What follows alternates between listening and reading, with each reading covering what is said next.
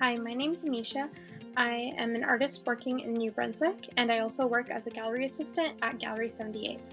I've been doing art for the past 15 years. I graduated from the Minneapolis College of Art and Design, and I work in a bunch of different mediums.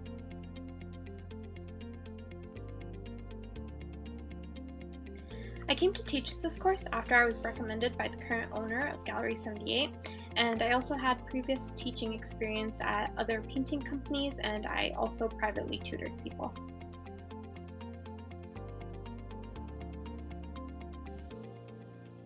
The highlights of this course are that you will not only get a good understanding of the subject matter, but also the materials that will be used in this course.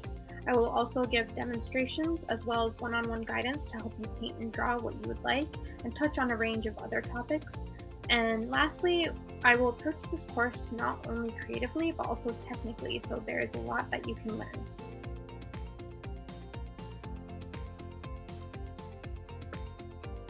Anyone can take these courses. They're fun, informative, and very detailed, and so you will always leave having learned or gained something that you can then apply to your work outside of the classes or the course.